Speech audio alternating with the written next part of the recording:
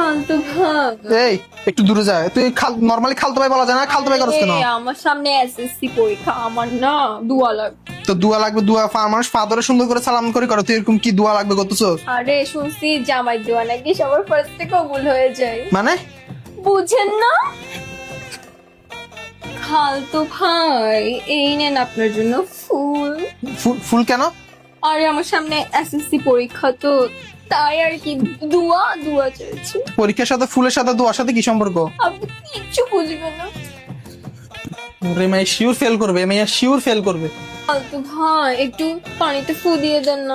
পানিতে ফু কেন? আর তুই একটু দূরে যাই ভয়। শুনেন না, আমার না সামনে পরীক্ষা, আমার না মনে অনেক ভয়, আপনি যদি একটা ফু দেন তাহলে না সব ভয় চলবে।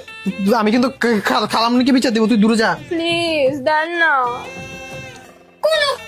এই আল্লাহ, তুই এখানে এভাবে দাঁড়িয়েছিস কেন? খালতো ভাই, আপনি কি 21 তারিখ ফ্রি আছেন? 21 তারিখ কি?